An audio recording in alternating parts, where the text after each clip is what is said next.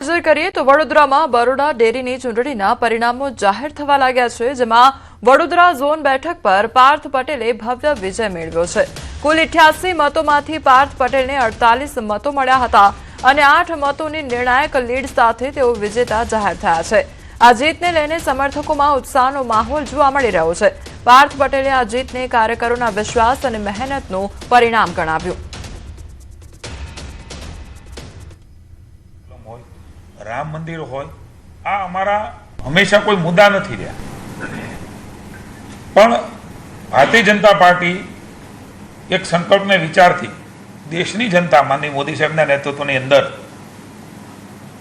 एमनो जे अवाज है ए वर्षोथी आ अमारी वात है। ए ज प्रकारे आ बिल ए पण वर्षोथी अमारी आ वात है।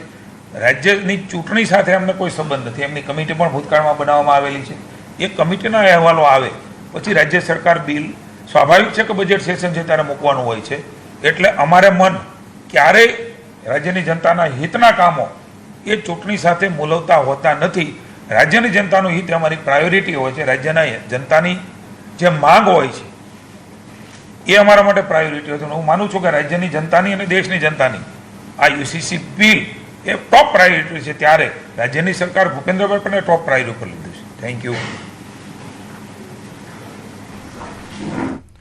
तो राज्य में समान नागरिक संहिता यूसीसी लागू करवानी दिशा में महत्वपूर्ण पगलू पण भरवामां आव्युं छे अने महत्वनी जोगवाईओ करवामां आवी छे, त्यारे गुजरातना यूसीसी में उत्तराखंड पेटर्न जोवा मळी रही छे। सूरत मनपानी आवनारी चूंटणीने लईने कोंग्रेसे तैयारीओ तेज करी दीधी छे। नोंधनीय छे के आ वखते पार्टी माटे अस्तित्वनी लड़ाई छे। गया टर्ममां एक पण बेठक जीतवामां निष्फळ रहेली कोंग्रेस हवे 120 बेठको माटे उमेदवार शोधवानी प्रक्रियामां व्यस्त बनी छे। तो ऑब्जर्वरो द्वारा सेंस प्रक्रिया शरू करवामां आवी छे, जे आगामी 4 दिवस सुधी चालशे। पार्टी जूनी भूलोने सुधारी युवा चेहराओ पर दाव रमवानी तैयारीमां छे, તેમજ ચૂંટણી માટે મજબૂત વ્યૂહરચના સાથે મેદાનમાં ઉતરવાની કવાયત શરૂ કરવામાં આવી છે।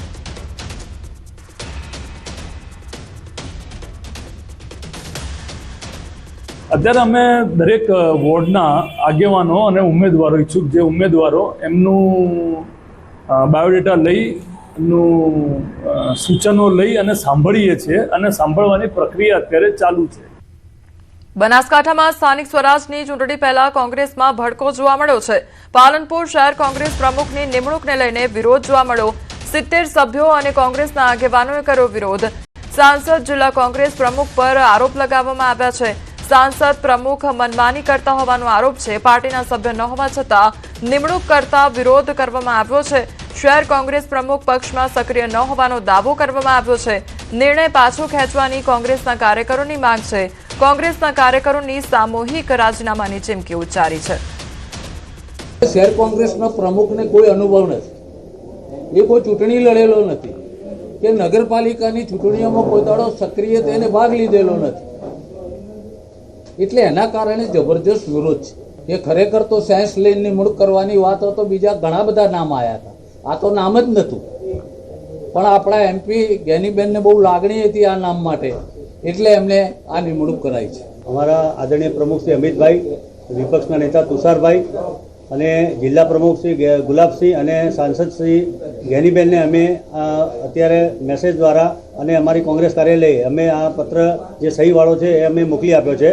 હવે એમના તરફથી અમને જો કોઈ રિપ્લાય મળે છે અને કંઈક આ બાબતમાં ઘટતું કરવા માગે છે તો અમે બધા અમારે જે અત્યારે આ કાગળમાં અમે 70 જણને સહીઓ થયેલી છે એ અમે સાથે બેસી ચર્ચા વિચારણા કરીશું, કેમ કે અમારો એક આશય છે કોંગ્રેસના હિતની વાત છે।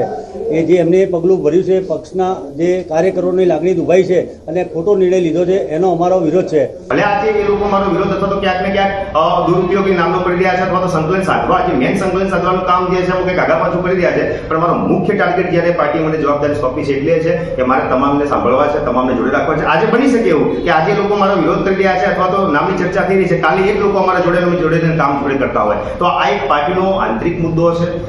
કોઈ નાનો મોટો દરેક પાર્ટીની અંદર આવા વિવાદો નાના મોટા થતા જ રહેતા હોય છે પદ અને પ્રતિષ્ઠાને લઈને, તો હું પાર્ટીને હંમેશા સર્વોપરી માનું છું।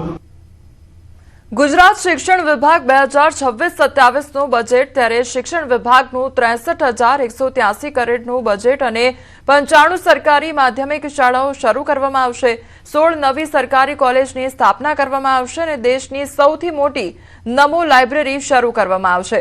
મુખ્યમંત્રી જ્ઞાન સેતુ મેરિટ સ્કોલરશીપ માટે 70 કરોડની ફાળવણી કરવામાં આવી છે. ત્યારે મુખ્યમંત્રી પૌષ્ટિક અલ્પાહાર યોજના માટે 592 કરોડની ફાળવણી કરવામાં આવી છે. જ્ઞાન શક્તિ રેસિડેન્શિયલ સ્કૂલ ઓફ એક્સલન્સ માટે 222.52 કરોડની ફાળવણી કરવામાં આવી તો સરકારી કોલેજોને આદર્શ મહાવિદ્યાલય બનાવવા માટે 50 કરોડની ફાળવણી કરવામાં આવી. ગુજરાત રાજ્યના વર્ષ 2026-27ના કુલ બજેટ પૈકી લગભગ 15.48% શિક્ષણ વિભાગ માટે ફાળવવામાં આવ્યા છે. ત્યારે હું થોડાક એક જ શૈક્ષણિક સંકુલમાં ઉચ્ચ આદર્શ શિક્ષણ ઉત્કૃષ્ટ શિક્ષણ મળી રહે તે માટે બાલ વાટિકાથી લઈ અને ધોરણ 10 સુધીનું એક સંકલિત શાળા એટલે કે કમ્પોઝિટ શાળાનું નિર્માણ કરવામાં આવશે, જે માટે 124.89 કરોડની જોગવાઈ કરી છે. 95 સરકારી માધ્યમિક શાળા, 3 ઉચ્ચતર માધ્યમિક શાળા શરૂ કરવા અને હાલની શાળાઓના માટે નવા 588 વર્ગો માટેનું આયોજન, 16 નવી સરકારી કોલેજો અને 8 કાર્યરત જે કોલેજો છે વર્તમાનમાં એમાં નવો પ્રવાહ શરૂ કરવા માટે અને 4 પ્રાદેશિક આઈ હબ કેન્દ્ર માટે ₹80 કરોડ અને દેશની સૌથી મોટી આધુનિક નમો સેન્ટ્રલ લાઇબ્રેરી ગાંધીનગર ખાતે શરૂ કરવા માટે ₹100 કરોડ બજેટમાં ફાળવ્યા છે. રાજ્યના આરોગ્ય ક્ષેત્રમાં વ્યાપક સુધારાઓ માટે આ વર્ષે મહત્વપૂર્ણ બજેટ ફાળવવામાં આવ્યું છે. પીએમજેવાય યોજનામાં 2.73 કરોડ નાગરિકોને આવરી લેવામાં આવ્યા છે. સુરત અને અમદાવાદ ખાતે મલ્ટી સ્પેશિયાલિટી હોસ્પિટલ માટે આપણે 500 કરોડની જોગવાઈ કરી છે. આ બે મલ્ટી સ્પેશિયાલિટી હોસ્પિટલના પાછળનો આજના તારીખમાં જે એસ્ટિમેટ છે એ લગભગ 2500 કરોડ ઉપરના છે. ચાલુ વર્ષે આપણે 500 કરોડની જોગવાઈ કરી છે. ઓબ્જેક્ટિવ એ છે કે ગુજરાત રિજનલ લેવલમાં સુપર સ્પેશિયાલિટી હોસ્પિટલ થાય, જેથી કરીને લોકોને સીધું અમદાવાદ ઉપર આવવાનું ના હોય અને સ્થાનિક લેવલમાં પણ આ સેવાઓ પ્રાપ્ત થશે. મુખ્યમંત્રી ભૂપેન્દ્ર પટેલ 19 માર્ચે પોરબંદર જિલ્લાની મુલાકાતે આવી રહ્યા છે. બપોરે 3 વાગ્યે તાજાવાલા હોલ ખાતે તેમના અધ્યક્ષ સ્થાને વિકાસ કાર્યોના ખાતમુહૂર્ત અને લોકાર્પણનો કાર્યક્રમ યોજવામાં આવશે. 19મી માર્ચને ગુરુવારના રોજ પોરબંદરની મુલાકાતે આવી રહ્યા છે. માનનીય મુખ્યમંત્રીશ્રીની અધ્યક્ષતામાં તાજાવાલા હોલ ખાતે બપોરે 3 વાગે જિલ્લાના વિવિધ વિભાગોના વિકાસના કામોના લોકાર્પણ તથા ખાતમુહૂર્તનો કાર્યક્રમ છે. આ કાર્યક્રમ દરમિયાન કુલ 29 કામો લોકાર્પણના કે જેની કિંમત થાય છે 93.11 કરોડ અને ખાતમુહૂર્તના 16 કામો જેની રકમ થાય છે 263.71 કરોડ. કુલ 45 કામો 356.82 કરોડના જેના લોકાર્પણ ખાતમુહૂર્ત થનાર છે. મહેસાણાના પ્રસિદ્ધ શક્તિપીઠ બહુચરાજી મંદિર ખાતે ચૈત્રી નવરાત્રિનો ભક્તિભાવપૂર્વક પ્રારંભ થવા જઈ રહ્યો છે. નવરાત્રિ પૂર્વે ફાગણ વદ અમાસના પવિત્ર દિવસે મંદિરમાં માતાજીની સવારીઓ અને ગર્ભગૃહની વિશેષ વિધિ કરવામાં આવી. મંદિરના જગ્યાઓને એનું શુદ્ધિકરણ એક પ્રકારની વિધિ જેને આપણે પ્રક્ષાલન કહીએ છીએ, એટલે એક પ્રકારનું શુદ્ધિકરણ જે થતું હોય છે અને એ શુદ્ધિકરણ અંતર્ગત આજે એની ખાસ વિધિ જે છે એ કરવામાં આવી રહી છે. ચૈત્રી નવરાત્રિનો પ્રારંભ થવા જઈ રહ્યો છે એટલે ખાસ જોવા જઈએ તો આવતીકાલે જ માતાજીનું જે ઘટ સ્થાપન વિધિ છે એ સવારે 7:30 વાગે મંદિરના વહીવટદારશ્રી દ્વારા અને મંદિરના તમામ પૂજારીશ્રીઓના વૈદિક મંત્રોચ્ચાર દ્વારા માતાજીના મંદિરની અંદર જે છે ઘટ સ્થાપન કરવામાં આવશે. આવતીકાલે ઘટ સ્થાપન વિધિ યોજાશે. ત્યારથી ચૈત્રી નવરાત્રિનો પ્રારંભ થાય છે અને માતાજીના 10 દિવસ વિશેષ શણગાર કરવામાં આવે છે. લોકોને